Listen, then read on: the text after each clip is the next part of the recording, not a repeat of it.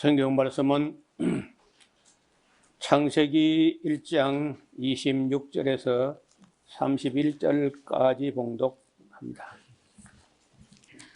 하나님이 가라사대 우리의 형상을 따라 우리의 모양대로 우리가 사람을 만들고 그로 바다의 고기와 공중의 새와 육축과 온 땅과 땅에 기는 모든 것을 다스리게 하자 하시고, 하나님이 자기 형상 곧 하나님의 형상대로 사람을 창조하시되 남자와 여자를 창조하시고, 하나님이 그들에게 복을 주시며 그들에게 이르시되 생육하고 번성하여 땅에 충만하라. 땅을 정복하라. 바다의 고기와 공중의 새와 땅에 움직이는 모든 생물을 다스리라 하시니라. 하나님이 가라사대 내가 온 지면에 씨 맺는 모든 채소와 씨 가진 열매 맺는 모든 나무를 너희에게 주노니 너희 식물이 되리라. 또 땅의 모든 짐승과 공중의 모든 새와 생명이 있어 땅에 기는 모든 것에게는 내가 모든 푸른 풀을 식물로 주노라 하시니 그대로 되니라. 하나님이 그 지으신 모든 것을 보시니 보시기에 심히 좋았더라. 저녁이 되며 아침이 되니 이는 여섯째 날이니라. 아멘. 네, 창세기를 2장까지 나갔다가 또 1장으로 뒤돌아왔을까 그런 생각을 하실 텐데, 맨 처음 시간에 잠깐 말씀드렸는데, 이 창세기는 어쩌면은 신구약 66권 중에 가장 신학적인 해석이 많이 필요한 그런 책입니다. 그래서 그냥 대충 읽어서 그 진도 나갈 수 있는 그런 책이 아니라는 겁니다. 이 창세기 한 권이 커버하는 시간대가 태초라고 하는 건 빼고 첫째 날부터 요셉이 입간하였더라 하는 데까지만 한정한다 할지라도 그 커버하는 시간대가 2307년인가 돼요. 뭐 제가 계산한 게 정확한지 확신이 없는데 저도 오래돼서 어떻든 옛날에 제가 그런 걸 꼼꼼스럽게 따져보던 때가 있었는데 그때 기억으로는 2307년인가 되더라고요. 그러면은 창세기 한 권이 커버하는 시간대가 2307년쯤 된다고 하면은 그 뒤에 65권 출애굽기로부터 요한계시록이 기록될 때까지 그 해봐야 2000년이 채 안 되거든요. 왜냐하면 구약 성경 구약 시간대 다 해봐야 4004년 정도밖에 안 되기 때문에 창세기 한 권이 커버하는 창세기 한 권이 다루는 시간대가 나머지 65권이 다루는 시간대만큼이나 된다는 거예요. 그래서 창세기는 압축 정도가 아니라 굉장히 신학적으로 많은 설명이 필요한 그런 책이라는 거예요. 그래서 저는 뭐 어떤 면에서는 오경 해설의 구약 해설 전체 그 절반 정도는 차지할 수 있을 만큼 오경은 중요하고, 또 오경 중에서 또 더 중요한 것은 창세기다. 창세기만큼 신학적인 책은 전에도 없었고 후에도 없다고 봐요. 그만큼 신학적인 책이에요. 여기 이제 오늘 우리가 다루는 그 신학적 주제는 하나님의 형상이라고 하는 주제인데, 하나님의 형상 또는 하나님 모양, 여기 형상이라는 말도 나오고 26절에 하나님이 가라사대 우리의 형상을 따라 우리의 모양대로 우리가 사람을 만들고 자, 여기 이제 히브리어로 이스라엘 말 언어로 형상이라고 한 말과 모양이라고 하는 말이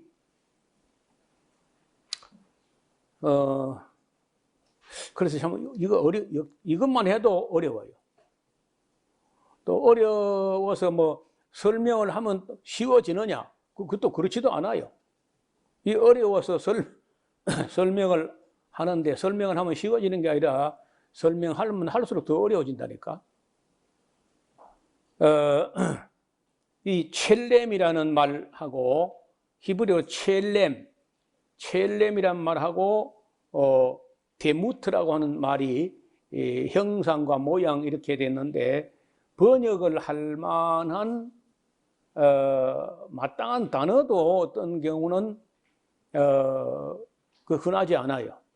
첼렘과 데무트 이걸 도대체 무엇을 말하는 것인지. 그래서 이제 그냥 우리가 이런 부분은요, 어차피 다른 나라 번역을 참고하면서 대충 이해하는 수밖에 없어요. 그 다른 나라 번역하면 우리가 제일 가까운 번역은 이제 영어 번역 같은 경우인데, 처음에 히브리어로 기록된 이 성경이 2차로 이제 1차 번역될 때는 헬라어로 번역이 됩니다. 이걸 70인역이라고 해요.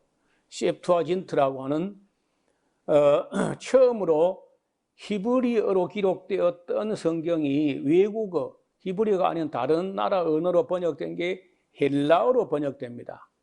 70인역이라고 해요. 거기에서 이제 번역된 것이 다시 이제 라틴어로 번역됩니다. 제롬이라는 사람이 4세기에 라틴어로 번역을 해요. 이걸 불가타역 혹은 벌게이터역이라 하고 가톨릭 성경의 모체가 되는 번역이 나왔습니다. 이것이 다시 독일어로 번역되고 영어로 번역되는데 독일어로 번역될 때는 루터가, 영어로 번역될 때는 쭈빙글리라는 위클리프라는 사람이 번역을 해요. 위클리프, 죄송합니다. 위클리프 번역, 그 다음에 이 말틴 루터 번역, 이런 번역이 이제 영어, 독일어 번역됐다가, 그 다음에 이제 우리 한글보다 먼저 일본어로 번역되고 중국어로 번역되고, 그 다음 맨 나중에 이제 우리말로 번역이 된 거예요. 그래서 우리는 우리말 성경이 번역될 당시에 번역위원들의 어학 실력이 히브리어나 헬라어에서 직역을 할 수 있는 정도 그런 사전도 없었고 그런 번역 실력이 안 되기 때문에 가장 많이 참고한 게 영어 번역과 일본어 번역 혹은 한문, 중국어 번역, 이 세 가지 번역을 참고해 가지고 이제 우리 번역이 나왔는데, 그래도요 그런 번역치고는 상당한 번역인 거예요. 제가 이 성경을 이제 꼼꼼하게 읽어가면서 묵상하면서 이렇게 보다 보면요, 읽을 때마다 탐복을 하게 되는데 너무 놀라운 번역이다. 물론 아직도 번역에서 미흡하거나 뜻이 분명하지 않거나 순엉터리거나 이런 번역도 있습니다. 내 눈에도 뭐 보일 정도니까. 그래도 대단한 번역이에요. 그래도. 그래서 한국 교회가 이만큼 빠르게 성장한 어떤 이유 중에 하나를 들면은 우리 언어가 굉장한 언어란 거예요. 우리 한국말 하는 이 언어가 대단한 언어고, 거기다가 우리 또 문법도 굉장히 발달된 문법이에요. 세계 어느 나라 문법 이상으로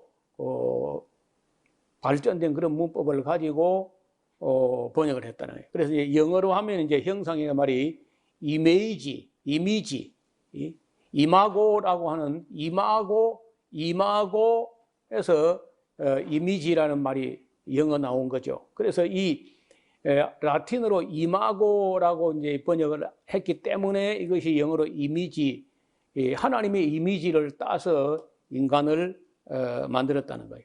모양이라고 할 때는요, 조금 더 구체적이고 물질적인 어떤 모양까지 할 때 이제 우리가 형상보다는 이 모양이라고 하면은 정말 바깥으로 나타나는 어떤 그 모양을 말해요. 그래서 이 임하고 이미지하고 모양이 가장 하나님 닮은 존재가 있다면은 그 사람이에요. 사람이 하나님을 가장 많이 닮아 있다는 거예요. 왜냐하면 그 이미지와 그 모양대로 하나님 모양대로 만들었기 때문에 그래요. 그래서 워낙 우리가 타락하고 또 환경도 안 좋고 뭐 해서 좀 제대로 자라지도 못하고 좀 또 뭐 제대로 못생기고 뭐 이런 면이 있긴 하지만 그래도 이 우주 안에 보이는 모든 형상 중에 사람 최고라는 거예요. 물론 뭐 어떤 면에서 아름답거나 하면 꽃이나 공작새가 더 예뻐 보이긴 해요. 그래도 이것저것 따지고 보면요, 사람이 더 아름답다는 거예요. 사람보다 더 높은 이미지는 없어요. 사람이 최고 이미지라는 거예요. 그래서 인간을 영장류라고 하는데 만물의 영장이다. 만물을 다스리고 감독하고 지도하고 보호하고 통치하고 할 수 있는 그런 이미지가 사람이라는 거예요. 자, 그래서 하나님이 가라사대 우리의 형상을 따라, 여기 우리라고 하는 우리가 누구냐? 왜 하나님께서 하나님 당신 자신을 말하면 하나님 혼자면서 왜 우리라고 했을까? 그 옛날 유대인들 그 인식으로 같으면은 우리가 천사들하고 함께 하나님께서 이 창조를 하셨다고 보면서 하나님과 더불어 함께 일했던 천사를 보고 우리라고 했을 것이다. 이렇게 이제 해석하는 게 유대교식의 우리 해석이고, 우리 기독교는 우리라는 말이 삼위일체일 수 있다. 성부, 성자, 성령을 우리라고 할 수 있다는 거죠.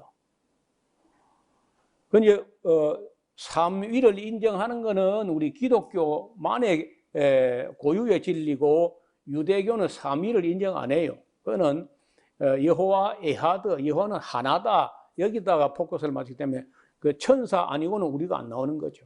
그래서 이제 우리 기독교 해석은 우리가 삼위일체의 삼위격을 두고 우리라고 할 수 있고, 또 삼위격과 천사 다 합해서 우리라고 할 수 있다. 삼위도 다 인격체고 천사도 다 인격체이기 때문에 이 인격체를 가진 복수의 창조 주체가 우리라고 할 수 있다는 거예요. 우리의 형상을 따라 우리의 모양대로 우리가 사람을 만들고, 뭐 하려고 만들었느냐? 사람 만들어가지고 뭐 하려고 만들었느냐? 바다의 고기와 공중의 새와 육축과 온 땅과 땅에 기는 것, 그러니까 육해공 모든 생명체,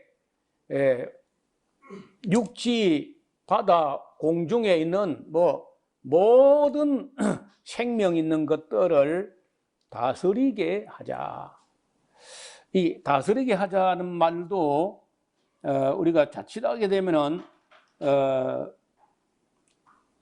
그 마구 그저 막 정복하고 막 파괴하고 뭐 이렇게 하는 것으로 인식하기 쉬워요.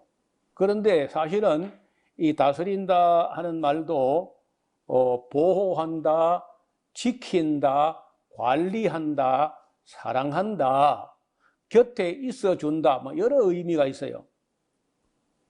그래서 우리가 사람을 창조한 목적은 하나님 모양, 하나님 형상, 하나님 이미지를 따라서 사람 만들어 가지고 생명 있는 모든 것들을 하나님의 대리자, 하나님을 대신해서 지키고 보호하고 관리하고 사랑하고 이렇게 하는 존재로 인간을 창조했다는 거예요. 그래서 우리가 생명 있는 모든 것들을 지키고 관리하고 보호하고 사랑하고 그렇게 해야 돼요. 제가 요새 이 미디어가 참 발달한 시대에 사니까 이 좁고 유백한 이런 지리산 기슭에 살면서도 세상 넓은 데 이야기를 다양하게 접할 수 있는 그런 그 시야가 열리게 되는데, 여러분 제 페이스북에 올려놓은 동영상 하나를 보면요, 그 주인이 닭을 이제 잡아서 통닭을 해 먹으려고 칼을 이게 석석석석석 이렇게 갈아가지고 이렇게 닭 잡으려고 준비해 놓은 곳으로 이제 칼 가지고 가니까 그 집 개가 리트리버야. 골든 리트리버가 쫓아가더니 사람보다 빨리 가가지고 그 닭을 다 가두어 놓은 걸 갖다가 헥 잡아서 해가지고 닭을 풀어줘 버린 거예요. 날아가라 하고. 그러니까 뭐 주인이 뭐 화가 나가지고 막 개를 갖다가 막 칼을 가지고 막 이리 하는데 막 아이고 뭐 뭐 아첨을 떴는데 개가 요 대단해. 주인님 왜 그러십니까? 막 뭐 할 거 막 물고 빨고 막 이렇게. 그러면 사람이 뭐 우리 해가지고 막 달도 날아가 버렸고, 그런 날이 있죠. 철새는 날아가고. 철새가 닭이 날아가 버렸어. 그 잡아 먹으려고 칼 갈아 나왔는데, 그 주인이 또 낚시를 하러 가가지고 고기를 낚아가지고 바구니에 담아 놓는데, 주인이 잠깐 한눈 팔 때에 바구니 갖다 물에다가 갖다가 강물에 빠뜨려 버리는 거예요. 그러니까 주인이 또 와서 막 개를 막 때리려고 그러니까, 아이고 왜 그러십니까? 또 왜 그러십니까? 하면서. 아니 번번이 그래요. 계속 그 사람은 잡아 먹으려고 그러고 개는 살려주려고 그러고. 그래서 내가 참 개한테 많이 배워야 되겠다. 그리고 더 웃기는 게요, 되게 중국 개인데, 개가 중국은요, 개도 돈을 밝힌다. 주인이 돈을 어디 함부로 놔두거나 하면요, 가서 싹 빼다가 비밀 장소에 저축을 해놔요. 그래 해놨다가 뭐 주인이 바나나를 먹는데 그거 좀 먹고 싶어 침을 이래 흘리고 끝까지 안 주고 좀 달라고 손을 갖다 다 갖다 얹어. 개가 자기 손을 주인 손에다 다 갖다 얹어, 좀 달라고. 그래도 안 줘. 이래도 안 주고 저래도 안 주고 침을 흘리도 안 주고. 그러니까요, 할 수 없이 가다가요 돈을 챙겨와요. 돈을 몰고 와서 갖다 바치는 거라. 이 돈 줄 테니까 좀 달라는 거예요.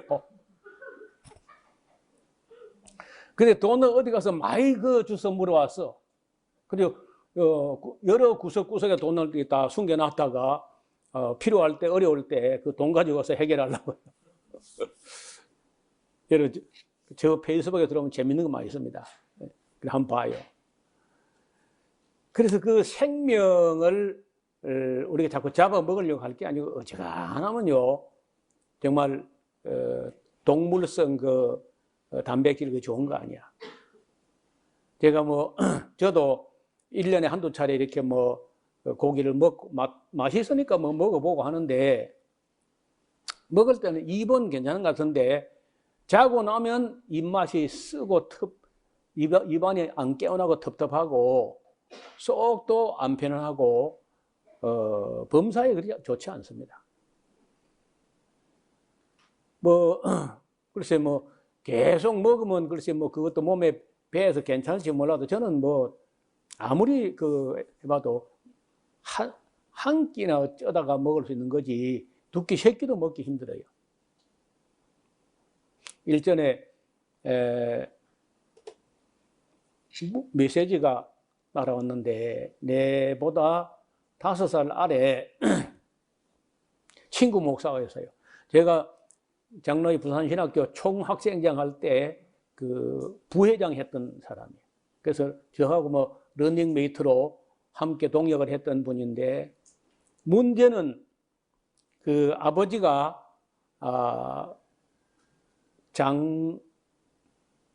장생포요, 장승포요, 울산에. 네? 그게 장생포죠. 그제 있는 장승포고, 나는 맨날 헷갈린 것 같아.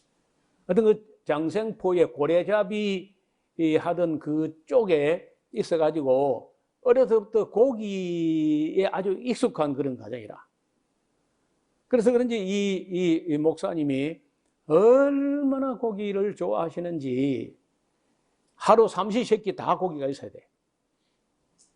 근데 그 목사님은 그런 게 아니고 사모님까지 마찬가지야. 식성이 똑같이 그렇게 고기를 좋아하더니 한 4, 5년 전에 이근방에 왔다고 좀 보고 싶다 그러면서 갔더니요, 직장암이 걸린 거라.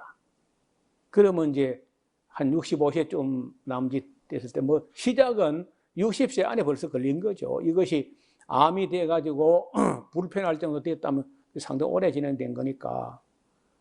직장암이라는 게 이제 그 고기 외에는 이유가 별로 없는 암이거든요. 그 고기 때문에 옵니다. 근데 이분이 뭐 그 이틀 전인가 엊그저께 그러니까 돌아가셨다는 연락이 왔어요. 그 고기라는 거 좋은 거 아니야. 뭐 다른 게 먹을 게 없어서 굶어 죽을 판되면요, 뭐 먹어야죠. 그런데 얼마든지 채소, 곡식, 과일이 풍성하게 있는데 괜히 그 고기 너무 좋아하고 하면요, 그 틀림없이 대가를 지으려 합니다. 제가 고성읍교회라는 그 돌로 된 큰 교회, 우리 교단교회인데 거기 가서 특강을 하게 됐는데 남성교회 연합회에서 저를 불렀어요. 그래서 이제 제가 뭐 다시 이 교회가 나를 부를 일이 있겠나 싶어서 아무 데서도 듣지 못할 얘기를 좀 해야 돼. 고성 그 사람이 돈이 많아가지고 고기를 많이 좋아해요. 그래서 내가 그 성경에 그 돼지고기 같은 거 특히 먹지 말라고 되어 있다. 물론 뭐 우리가 돼지고기 먹어도 지옥 가거나 구원에 상관이 있거나 그런 건 아니지만은 건강에 안 좋은 거는 사실이다. 이렇게 이제 열심히 이야기를 했는데, 그리고 이제 예배 마치고 저녁 식사를 하러 갔는데 삼겹살 집으로 가는 거야. 이미 예약을 해놓은 건 어쩔 수 없지 뭐. 그래 갔는데 그 담임 목사가 나보다 많이 선배죠. 뭐라 하느냐?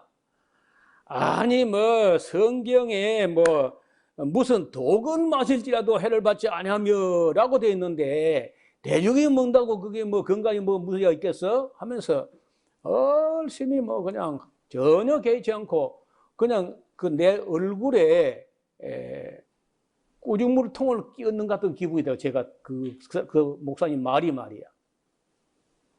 내가 일건 성의 있게 이야기를 했는데 그렇게 그 깔아 뭉개버린 소리 하는 거예요. 그리고 이제 얼마 있다가 그분이 은퇴하고 그 교회 부목으로 있던 사람이 이렇게 연락이 돼가지고 그 목사님 그 은퇴하시고 뭐 잘 계신가 했더니 돌아가셨다는 걸 얼마 전에 바로 그것도 70세 남짓 될 때 돌아가신 거예요. 여러분 이 돼지고기 먹는다고 지옥 가거나 뭐 그런 건 저 그렇게 믿지는 않습니다. 건강에 하여간 돼지고기를 안 먹는 나라 이슬람권에는 대장암이 거의 없다시피 합니다. 아예 대장암. 그래서 아직까지도 돼지고기에 무슨 성분이 대장암을 만들어내는지는 규명된 바가 없어요. 연구된 바도 없고. 그러나 현상학적으로 결과를 보면은 직장암, 대장암 같은 경우는요, 돼지고기를 안 먹는 나라는 그런 암 자체가 존재하지 않습니다. 제가 천재는 주방에서 만들어진다는 그 책에서도 그런 얘기를 밝혀놨는데, 하여간 이 생명 있는 모든 것, 특히 동물들은 심지어 쇠고기를 할지라도 자주 먹거나 많이 먹거나 하면은 절대 좋지 않습니다. 절대로. 그 단백질이 우리 몸 안에서 장 안에서 오래 머무르면은요 아주 못된 가스를 만들어내고 그것이 우리 뇌에 올라가기도 하고 건강에 절대 좋지 않아요. 우리나라 사람들은 장의 길이가 건 서양 사람보다 한 1m 더 길어가지고 장에 머무르고 있는 기간이 너무 길어요. 그래서 어지간하면은 우리는 채소, 곡식, 과일 쪽으로 먹어야지 고기를 자꾸 먹으려고 밝히고 하면 안 된다는 거예요. 모든 생명인들을 다스리라, 지키고 보호하고 관리하고 그리고 살려야 돼. 죽이려고 할 게 아니라. 어쨌든 이 다스리게 하자, 소유하게 하자가 아니고 다스리게 하자. 우리는 관리인이지 소유자가 아니라는 거예요. 하나님이 자기 형상 곧 자기 형상대로 사람을 창조하시되 남자와 여자를 창조하셨다. 이 말을 또 어떤 사람이 곡해했는데 안상홍 정인회라고 하는 그 순엉터리 이단 사이비 교단에서 뭐라고 했느냐. 하나님이 인간을 자기 형상대로 창조하시되 남자와 여자를 창조하셨다. 그래서 하나님도 남자 하나님, 여자 하나님이 있다는 거야. 그래서 남자 하나님이 안상홍이고 여자 하나님이 장길자, 그 부인이야, 부인. 안상홍 죽었고 이제 그 부인이 여자 하나님이야.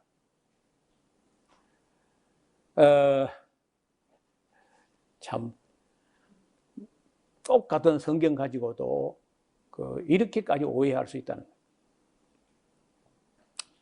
28절 하나님이 그들에게 복을 주시며 그들에게 이르시되 생육하고 번성하여. 복이 뭐냐? 복을 주셨다고 하는 말이 이게 처음 22절에 한번 나오고 22절을 봐요. 22절에도 하나님이 그들에게 복을 주어 가라사대 뭐예요? 생육하고 번성하여. 그러니까 복이 뭐냐? 생육하고 번성하는 거예요. 또 지금 28절의 복도 역시 하나님이 그들의 복을 주시며 그들에게 이르시되 생육하고 번성하여 땅에 충만하라. 땅을 정복하라. 그런데 대단히 죄송한 말씀인데 우리 자매님들 잘 들어봐요. 나는 우리 세상이 발전하는 거 좋아하고 또 진보하는 것도 좋아하고 다 해요.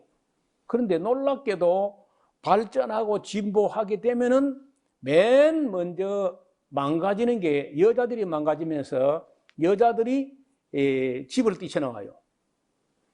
그리고는 사회 활동하겠다, 돈 벌겠다, 출세하겠다, 자기 성취하겠다고 계속 자기 구현을 하면서 아기 낳는 거는 뒷전 아니면 아예 포기도 해버려 그냥. 요즘에는요 제일 문제가 뭐냐? 연애가 안 돼요. 왜 안 되느냐? 스펙이 너무 높아다. 단군 이래로 오늘 우리 지금 살고 있는 여성들이 가장 많은 스펙을 갖추었기 때문에 내가 뭐가 모자라서 아무나 하고 결혼하냐? 내가 뭐가 부족해가지고 아무나 하고 연애하냐? 하고 눈이 높아가지고 연애를 못해 일단요. 연애를 못할 뿐 아니라 결혼도 못합니다.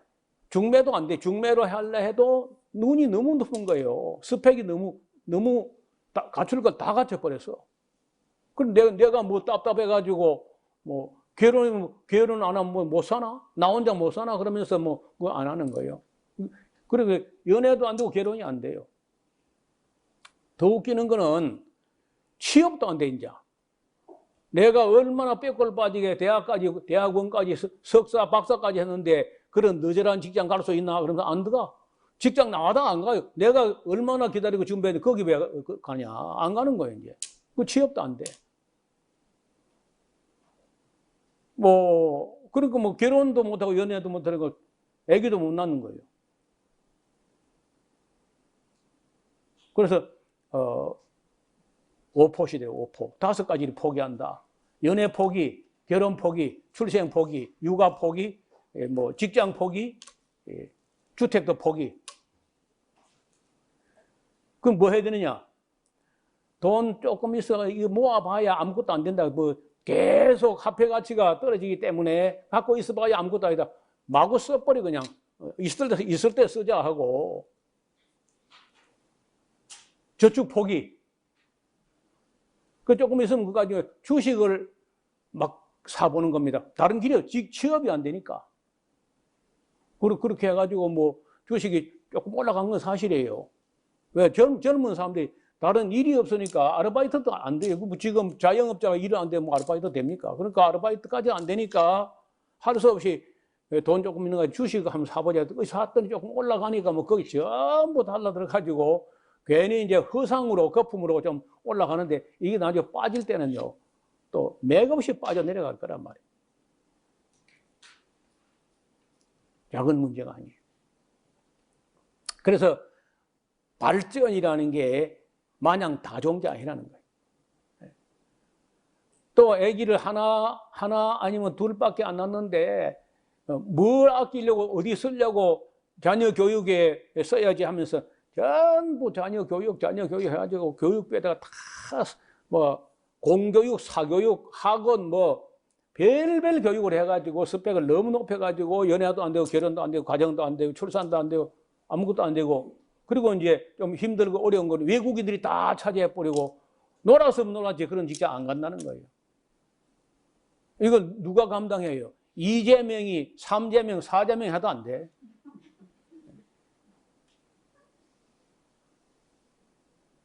대안이 없는 거예요. 고급 직장 아니면 안 가겠다는데 그럼 네 알아서 고급 직장 가라. 대통령 보고 엄마하지 말고 말이야. 문재인이가 무슨 신이 간데 그런 사람 비해서 직장 다 만듭니까? 못합니다 그거. 문재인 할아버지가 도 안 돼. 그래서 그런 직장에서 편한 돈, 쉬운 돈 이런 벌려고 하는 그런 사람은 대책이 없는 거고 여기 이 창조 원리를 보시면은 이 생명 있는 모든 것을 다스리게 하자 하고 창조하셨다는 걸 인식하면요 자꾸 도시로 가가지고 봐요 이 쥐꼬리 마우스 꼬리 이거 붙잡고 뭐 이것만 까딱 하고 돈 벌겠다 이런 생각 갖고 있으면 그 아무도 감당 안 돼요. 그래서 저는 볼 때 행복의 길이 그런 데 들어가는 게 아니다. 자연으로 돌아가야 돼. 그리고 자연인은 행복하잖아. 자연인은 그 뭐 코로나도 안 걸려 그는 산에 있으니까. 우리나라에서 행복하다는 사람 하나도 없는데 자연인만 다 행복하다. 예외가 없어요 보니까. 내가 보기로는요 자연인 누가 보느냐 대한민국 남자는 다 봐보니까 자연은요 대한민국 여자는 절대 안 봅니다. 그래서 어떤 분이 말한 게 한국의 남자는 잠재적 자연인이다. 한국의 모든 남자는 잠재적 자연인. 언젠가는 자연으로 돌아가려고 꿈꾼다는 거예요. 물론 여자는 안 가요. 제가 한 뭐 몇백 명 본 중에 여자 자연인 2사람 봤어요. 내가 볼 때 그건 여자도 아닌 것 같아. 무슨 여자가 자연인 돼가지고. 그 다 행복해요. 그 자연으로 돌아가는 사람은 정말 다 행복해하는 걸 볼 수 있어요. 그런데 저는 볼 때 혼자 간 것은 참 그렇다. 그 둘만 되면 얼마나 행복하겠나. 혼자도 그래 행복한데. 그래서 세상 사람들이 적어도 우리 샤론 장로교회 사람들 같으면 좀 다르다고 봅니다. 아니 여기까지 오는데 뭐 직장이 있거나 없거나 남자나 여자나 여기까지 왔는데 뭐 거칠 게 있어요. 여기까지 왔으면요 내가 보기엔 여기가 제일 어려운 것이고 더 산정으로 들어가면 더 쉬워요. 그거는 뭐 아직도 많은 확장성이 있고 여유가 있다는 거예요. 그래서 그 MBN이라고 하는 그 방송국에서 만든 프로그램 중에 유일하게 볼 수 있는 게 그 자연인 그 하나밖에 없는 것 같아요. 딴 건 아무것도 볼 게 없고. 자, 다스리다.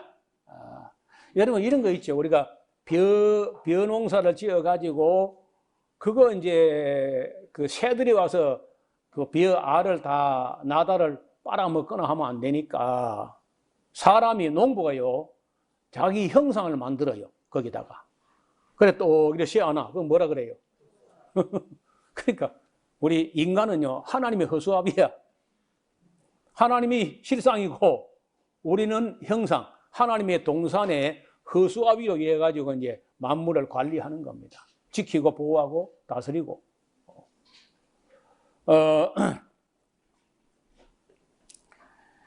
그리고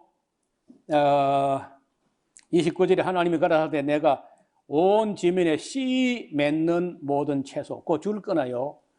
이 사람에게 주신 1차 음식이 뭐냐? 씨 가진 열매 맺는 모든 채소와 또 씨 가진 열매 맺는 모든 나무. 그러니까 채소하고 과일이야. 여기 곡식은 안 들어있어요. 곡식은 조금 다른 문제야.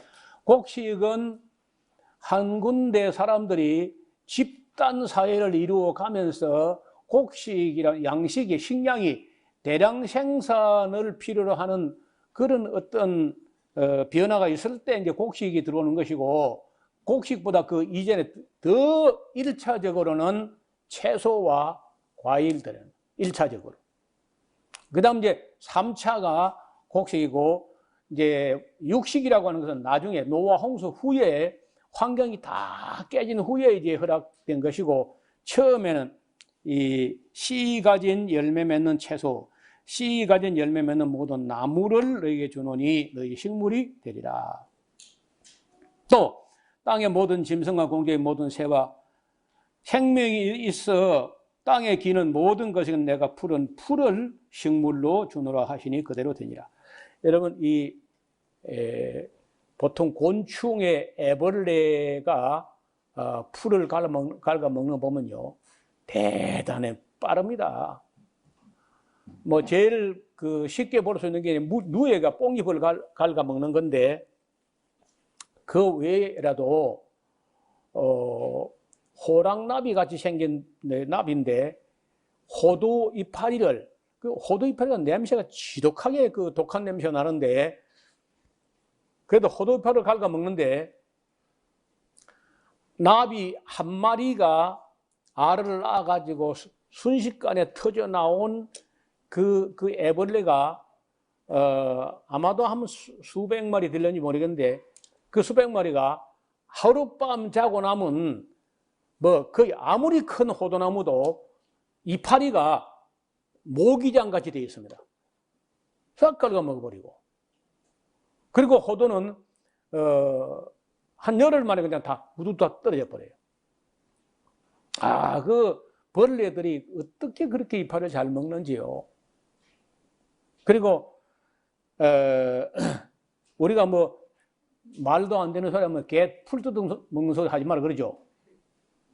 여러분요, 몰라서 그러지 개가 우리 모르게 풀을 많이 먹어요. 어떤 개는요, 그 양배추 밭에 가가지고 아주 막 허겁지겁 먹어요, 양배추를. 우두둑 뜯어가지고 막 와자 먹는 거예요. 그리고 우리 마당에 있던 번개 같은 경우는요, 수박을 주면은 수박의 맨 겉껍데기 새파란 거 그거 1mm를 남기고 하얀 것도 안 남기고 싹 긁어 먹습니다. 개도 채식을 좋아하는 거예요, 사실은요. 그리고 이제 사자나 호랑이나 뭐 표범이나 치타나 살쾡이나 고양이나 이런 것들, 독수리나 이런 것들은, 하이에나 이런 것들은 뭐 하는 거냐? 육식하라고 낸 게 아니야. 그런 것들이 뭐 하느냐면요, 초식 동물이 늙었을 때 장례위원장이야. 초식 동물이 늙고 병들었을 때 그냥 빨리 걸음 딱 누가 어리버리 하는가, 누가 병드는가 보고 있다가 딱 잡아가지고 뭐 장례식 할 것도 없고 상조에 들어갈 것도 없고 그냥 딱 잡아서 그냥 처리해 버립니다. 그러면 들판이 깨끗해지고 맨 마지막에 그런 초식 동물이 관절을 골수 싹 완전히 뼈까지 발라서 하얀 뼈가 될 때까지 갉아먹는 게 독수리가요. 마지막 청소부는 독수리라는 거예요. 그래서 그 마사이 마라라든지 세렝게티 그런 평원에 동물 죽어 시체가 썩어 나가가지고 병이 퍼지거나 이런 게 없다는 거예요. 그래서 청소부로 만든 것이지 그 육식 동물로 만든 게 아니야. 그리고 그런 동물들도 육식을 하는 동물들도 채식을 안 하고는 안 됩니다. 어떻게 채식을 하느냐? 초식 동물의 위를 먹어요. 위 안에 우리 같으면 똥인데 그 최고 1급이라 1급. 내장하고 이게 1급이고 그다음에 이제 고기는 그 상급에 속해요. 그리고 사자 같은 호랑이 같은 것도 고기는 아래 것들이 먹는 것이고 제일 고참들은 그 위, 내장 이런 걸 먹어요. 그렇게 해서 섬유질을 간접적으로 흡수한다는 거예요. 그래서 풀은 풀을 식물로 주느라 하시니 그대로 되니라. 31절 하나님이 그 지으신 모든 것을 보시기에 심히 좋았더라. 저녁이 되면 아침이 되니 이는 6째 날이니라. 하나님이 창조하신 창조한 세계를 지난번에 제가 우리가 별들 창조에 대해서 좀 살펴봤는데 굉장하죠. 집에 가서 우리 집사람은 내가 상상도 못한 얘기 하더라고. 그게 무슨 얘기냐면요. 천국 가는 건 좋은데 또 가야 되긴 가야 되는데 가서 어려운 일도 없고 힘든 일도 없고 하면은 무료하고 지루해가지고 어떻게 했나 하고 늘 걱정했대요. 근데 보니까 막 너무 별들이 많아가지고 이제 보니까 우주는 넓고 할 일이 많이 있구나 하고 저기 안심이 된다는 거예요. 여러분 우리가 상상하는 그 이상입니다. 정말 하나님께서 그 영광을 드러내실 때 그 사람들도 자기 능력과 영광을 어떻게 드러내느냐 하면요. 먼저 작품을 만들어 가지고 그 작품을 통해서 자기 능력이 나타나는 거죠. 그래서 그 능력과 영광을 나타내게 되는데 하나님께서 그 능력과 영광과 그 선하심과 그 모든 피조물을 통하여 나타내시려 하셨다는 거예요. 이런 음악하는 사람들은 아름다운 그 음악 작품을 가지고 자기 능력과 영광을 드러내는 것이고 그림을 그리는 사람은 그림이나 조각을 가지고 자기 능력과 영광을 드러내는 거예요. 그런데 하나님의 그 광대하심과 전능하심을 나타내시는 우주를 봐요. 지난번에 본 걸 우리 생각해 보죠. 지난 시간에 우리는 우주에 대해서 간단하게 살펴봤는데 여기에 대해서 바울은 뭐라 하냐? 로마서 1장 20절에 창세로부터 그의 하나님의 보이지 아니하는 것들 곧 그의 영원하신 능력과 신성 이런 거는 우리가 눈으로 안 보이잖아요. 하나님의 능력과 신성이 눈으로 안 보이는데 어디서 볼 수 있느냐? 그의 만드신 만물에 분명히 보여서 알려졌나니 그러므로 아무도 하나님이 계신가 안 계신가 몰라서 나는 안 섬겼다 그런 핑계가 안 돼요. 하나님이 만들어 놓은 이 우주와 만물 속에 그 능력과 신성이 너무 극명하게 드러나 있기 때문에 나는 하나님이 계신가 안 계신가 그걸 안 보여가지고 몰라서 안 섬겼다 그런 말 못 한다는 거예요. 이 온 우주는 하나님의 능력과 영광을 계시하는 전시장이에요. 주 하나님 지으신 모든 세계에 내 마음속에 그려볼 때 하늘의 별 울려 퍼지는 내성 그리고 이제 좀 있으면 앞으로 2달 남짓 있으면 막 꽃이 필 텐데 하나님의 아름다우심이 어디서 드러나느냐? 이 만물을 지으시되 그냥 무지막지하게 막 크기만 지은 게 아니야. 매우 섬세하게 지으시고 아름답게 지으셨다는 거예요. 아름답게 지으셨다.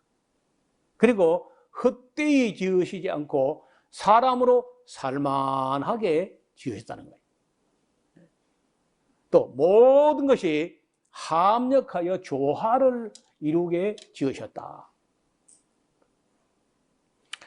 이사야서에 보면요, 거룩하신 네가 가라사대 그런즉 너희는 나를 누구에게 비교하며 나를 그와 동등하게 하겠느냐 하시니라. 너희는 눈을 높이 들어 누가 이 모든 것을 창조하였나 보라. 주께서는 수효대로 만상 이 하늘의 모든 별들을 말합니다. 만상을 이끌어내시고 그들의 모든 이름을 부르시나니 그의 권세가 크고 그의 능력이 강함으로 하나도 빠짐이 없느니라. 제가 오래전에 했던 얘기 같은데 혹 뭐 잊어버렸을 수도 있어요. 하나님 우리에게 책을 3권을 주셨는데 한 책은 하얀 바탕에 검은 글씨로 기록된 책인데 그걸 우리가 성경이라고 그래요. 한 책은 거의 다 초록색으로 되어 있는데 초록색과 쪽빛으로 되어 있는데 거기에 수많은 동물, 식물, 조류, 어류가 움직이는 그런 책을 주셨는데 이걸 자연이라고 하는 책이야. 우리 보통 책은 뭐 그림을 그리는 이거 안 움직이잖아요. 그림이 가만히 있잖아 다. 근데 하나님 만든 그림은요 다 움직이는 거예요. 새는 날아가고 물고기 헤엄치고 나비 잠자리는 나르고 개는 뛰어다니고 뭐 이런 그림책이야. 3번째 책은요 새카만 바탕에다가 은가루, 금가루를 뿌려놓은 책이 있어요. 그래 이 책 3권을 우리 다 읽어봐야 돼. 어느 한 권만 읽으려 하지 말고 3권 다 읽어봐야 돼. 그래 그걸 잘 읽으면은 뭐가 봐야 되느냐? 그걸 읽어가지고 무엇을 읽어내야 하냐면요. 하나님의 능력과 그 권능과 권세와 능력과 하나님의 선하심과 하나님의 아름다우심과 하나님의 은혜와 진리와 이런 것이 읽어져야 돼. 이걸 보통 우리가 성경책에 하얀 바탕에 검은 글씨 이거는 성경은 특별히 계시고 새까만 바탕에 은가루, 금가루 이거는 그 자연 계시야. 일반 계시. 그리고 초록과 쪽빛 바탕에다가 온갖 동식물이 있는 이런 거 일반 계시라고 하는데 굉장히 유치한 책이죠. 그림책이니까. 유치원생도 누가 이 모든 것을 여기에 움직이는 그림을 그려 넣었을까 하고 생각해 보도록 해놨다는 거예요. 그걸 못 읽으면 안 되지.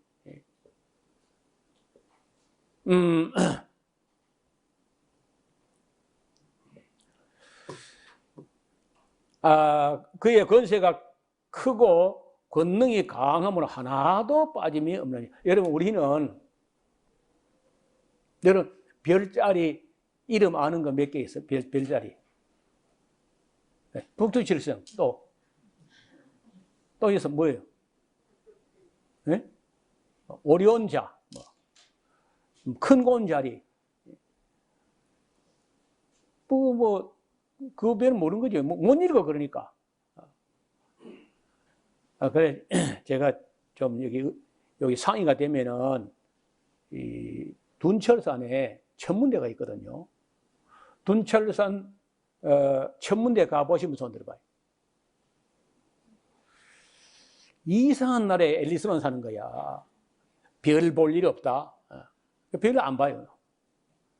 한번 우리 교육부에서 한번 섭외해가지고 우리 성도들 많지 않으니까 한 하룻밤에 어느 나라에 가면 별을 잘 볼 수 있는지 어느 나라에 가면 우리 교회 성도만 단체로 한번 가서 볼 수 있는지 한번 교육부에서 한번 섭외를 해 주시면 좋겠어요.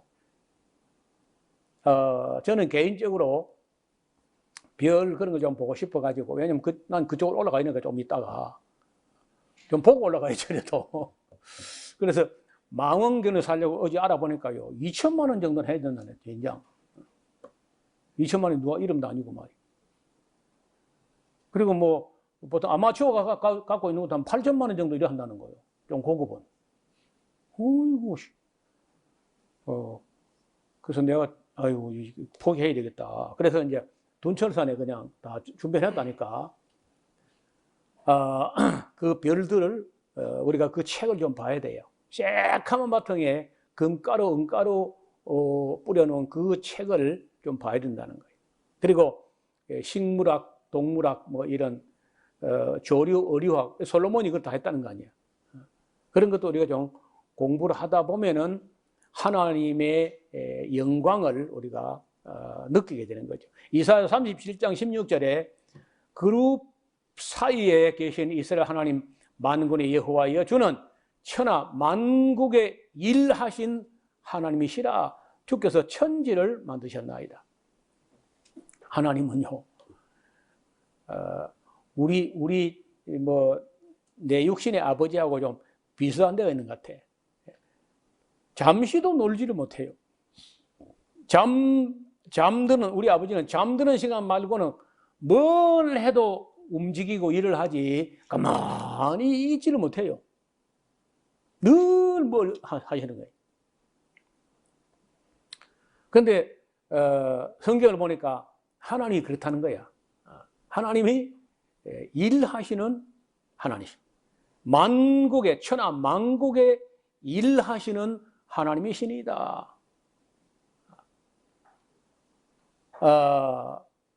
요놈들 세워놓고 저놈들 돌보고 또 지구를 돌려가면서 계속 이렇게 여기만 하는 게 아니야. 다른 별에도 하나님 할 일이 있다는 거예요. 우주는 넓고 할 일이 많아요.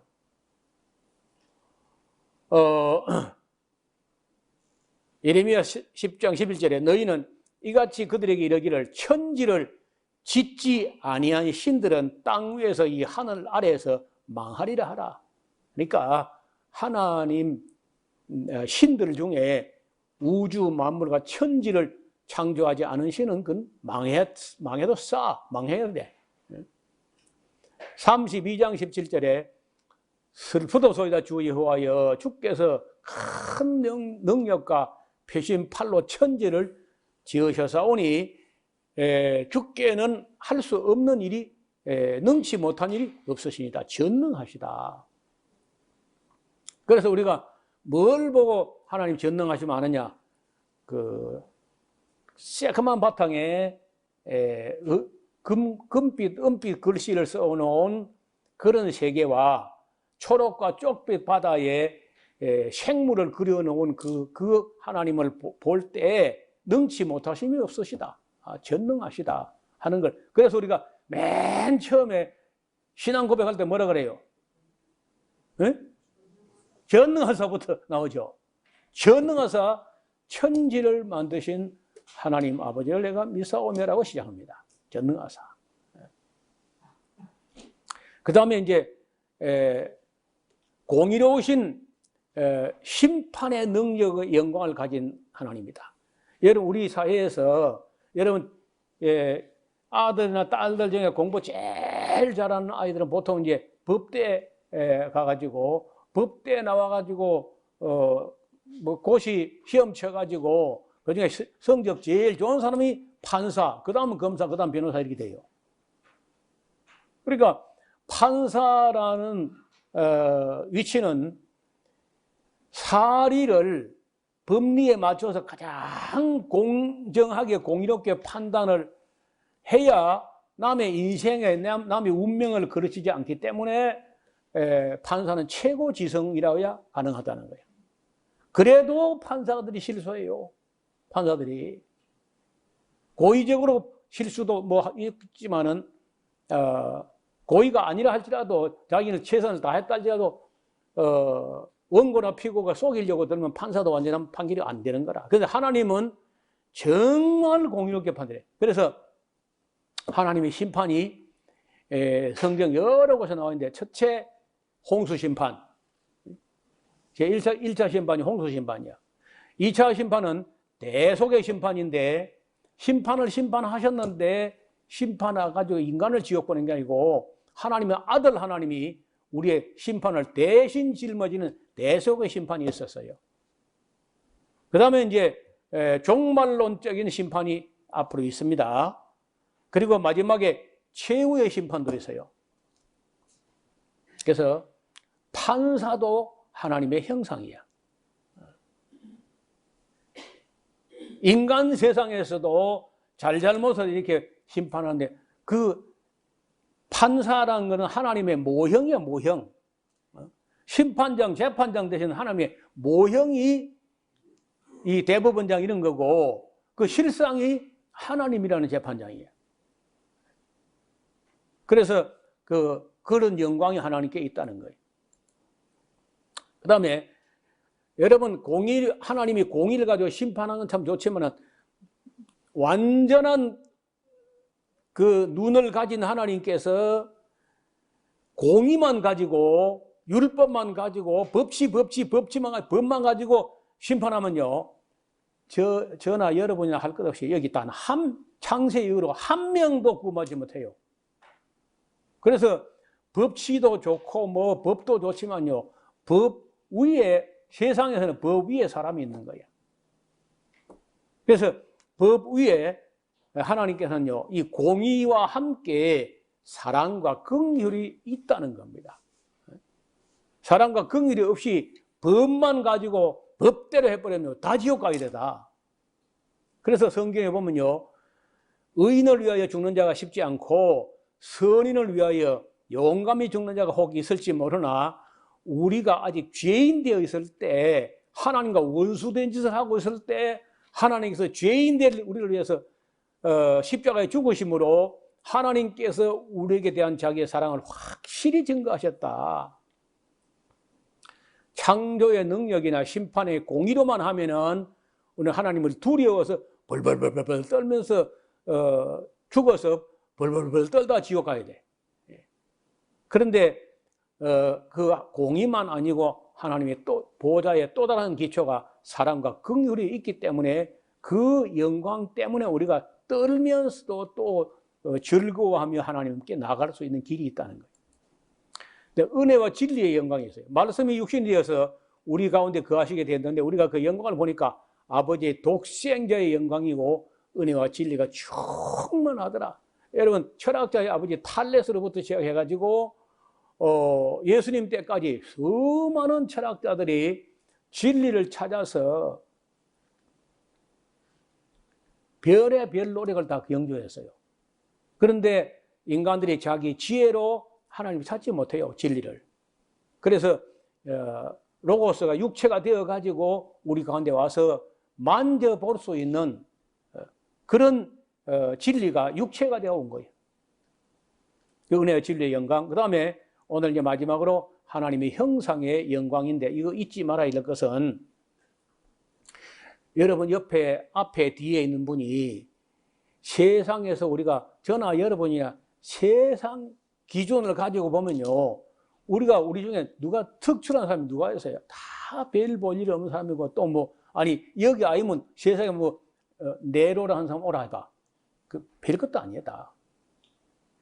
사람으로 그냥 보면요, 그 뭐 하는 게 뭐 있어 사람이요?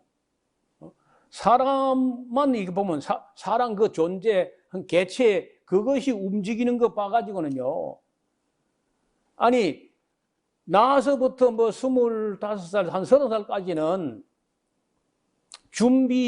준비한답시고 뭐 이것저것 뭐 공부하고 준비하고 뭐 병력 국민의 의무 뭐 준비하고 뭐 직장 잡을 뭐 준비하고 취업 준비하고 뭐 준비 하다가 그저 한 30살까지 가버려요. 그리고 뭐 직장에 잡으면 뭐 직장 거 가서 막 출퇴근하고 출퇴근비 도장 찍고 봉급 얼마 받아가지고 그 뭐 자기 집 한 칸 장만하는데 그 인생 다 그 절반 허비해버리고 그리고 뭐 그 아내나 자식이나 생기면 그것도 비유 맞춘다고 뭐 그냥 또 눈치 보다가 또 가버리고 그럼 60세, 50세, 60세 되면 뭐 은퇴해가지고 뭐 등산이나 다니다 말아버려 그냥. 그럼 뭐 수에 질 게 뭐 있어 인간이라는 게. 사실은 아무것도 아니야. 아무리 뭐 내로래 해도 아무것도 아닌 거예요. 근데 우리가 왜 인간을 존중해야 되고 중요시해야 되냐 하면요, 하나님의 형상이라는 거예요. 하나님의 형상.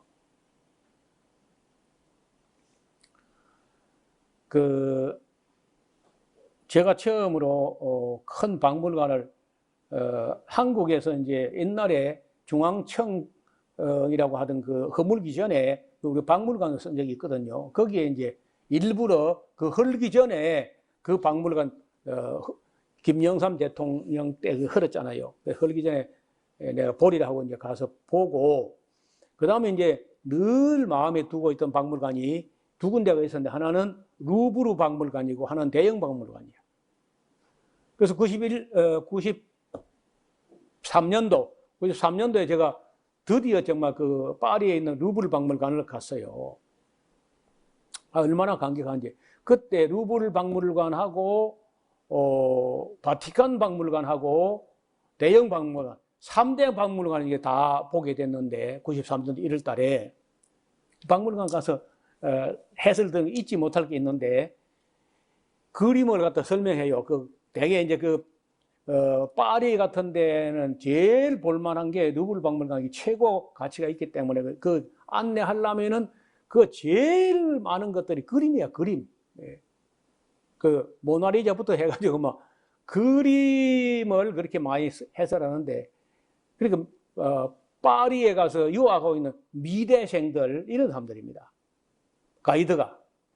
그래, 그림 해설하는데 다 해설하고 맨 마지막부터 뭐 하냐.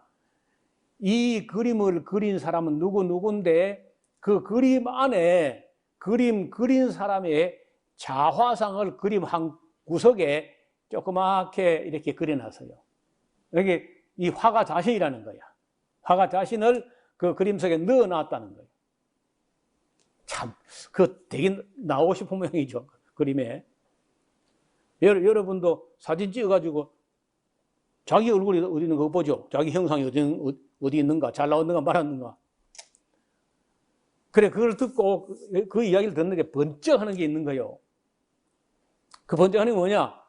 하나님께서 초록색 쪽빛 그림을 다 그린 후에 하나님도 자화상을 그려 넣어놨어요. 자기 형상을 그 그림 속에 그려 넣어 놓은 거야. 그게 뭐냐? 그게 사람의 사람. 이것도 하나님 형상이고. 근데 막 하나님은요, 자기 형상을 억세게 많이 그려놨어. 혹시나 못 찾으려나 싶어가지고, 저 인간들이 찾겠나 말겠나, 저게 찾겠나 말겠나, 못 찾으면 어떡하나 해가지고 염려가 돼서 이제 막 도처에 앞에도 그려놓고 뒤에도 그려놓고 막 전시만실에 하나님 자기 형상을 그려 넣어 놓은 거야. 왜? 찾으라고. 실상을 찾으라고. 이 형상을 보고 실상되는 하나님을 찾는 자가 있는가 보시려고 너무 많이 그려놨어. 처음에는 하나 둘밖에 안 그렸는데 막 못 찾으니까 또 둘 그리고 계속 그려놔. 그래서 그때 그 박물관 가서 나는 뭐 다른 그림은 관심이 없고, 나는 최고 그림이 하나님 그림이라는, 하나님의 그림, 움직이는 그림. 여러분 뭐 피카소도 있고 미켈란젤로 뭐 레오나르도 다빈치 뭐 별별한 이런 인물이죠. 그 사람들은요, 자기도 죽었고 그림도 다 죽어 있어요. 다 죽었어 다. 그런데 살아계신 하나님은 하나님 당신 자신이 살아계시니까 자기 형상도 전부 살아 움직이게 해놨잖아. 하나님 당신 자신이 말씀하시니까 우리도 다 말하게 해놨잖아요. 하나님 눈이기 때문에 우리도 눈을 다 보게 해놨어. 그 모든 것은 이 인간들이 하나님의 형상으로 지음받은 이 인간 형상을 보면서 실상되는 하나님을 찾는가 마는가, 이걸 보러 하신다는 거예요. 근데 못 찾아. 전부 다 자연이네, 우연이네, 진화됐네, 그러고만 한다는 거예요. 그래서 창세기는 그야말로 정말 신학적인 책이다. 그래서 오늘 하나님의 형상의 영광, 아름다움의 영광. 여러분 그 중국의 그림이나 한국의 그림 중에, 동양화 중에 화조화가 있어. 화조. 꽃과 새를 그리는, 꽃과 새와 벌과 나비를 그리는 그런 그림이 있는데, 그것도 전문가가 하나님이잖아요. 그렇죠? 하나님은 화조화나 정무라, 인무라, 생무라, 풍경화, 하나님이 그린 그림은 모든 그림의 원형은 다 하나님인 거예요. 그래서 하나님은 세계 가장 뛰어난 미술가보다 더 위대한 미술가예요. 하나님은 가장 위대한 조각가보다 더 위대한 조각가예요. 하나님은 가장 위대한 물리학자보다 더 물리학자예요. 하나님은 가장 위대한 화학자보다 더 화학자예요. 하나님은 가장 위대한 생화학자, 생리의학자보다 더 만병의 의사 되시는 분이에요. 인간에게 있는 모든 아름다운 것에 실상이 되시는 분이고, 우리 인간에게는 뭐가 있었다 할지라도 다 형상이고 그림자, 이미지에 불과하다는 거예요. 진짜 실상은 하나님이시다는 거예요. 여러분, 이게 하나님의 형상의 신학이라는 거예요. 제가 신학교 가가지고 논문을 쓸 때 하나님의 형상이라는 그 논문 누가 쓰는 게 많이 있어요. 읽어보면요, 한심한 수준. 전혀 이 하나님의 형상의 신학을 제대로 안 해본 겁니다. 어떤 의미가 있는지에 대해서 인식도 못한 사람들이 말장난 같은 언어풀이, 단어풀이 하다가 끝난 그런 수준이에요.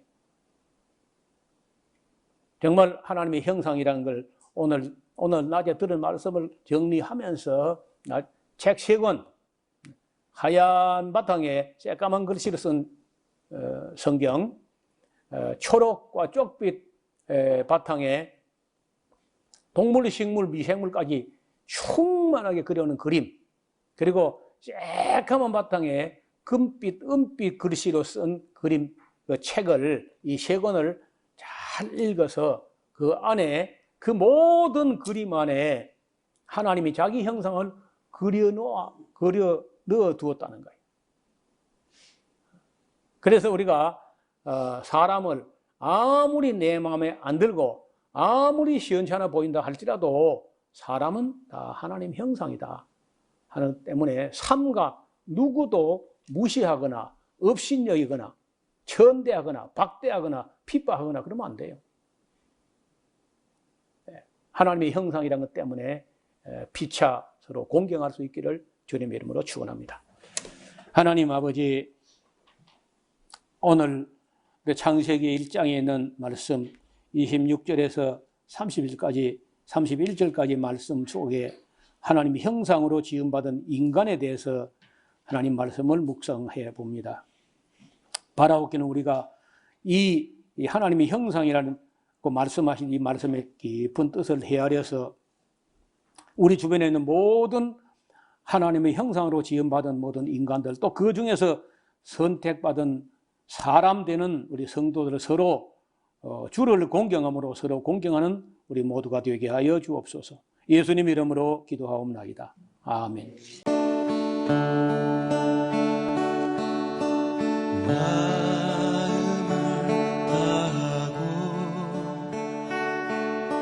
성품을 다하고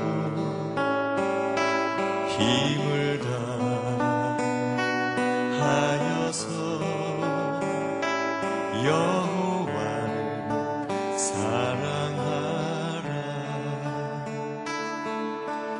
내게 준 계명을 마음에 새기고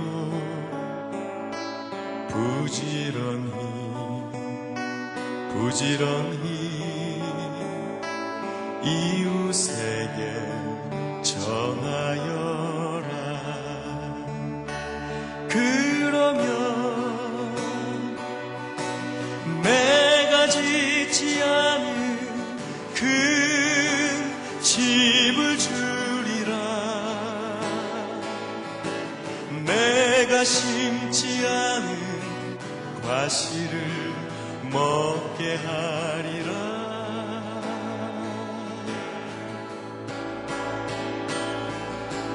그러나 한 가지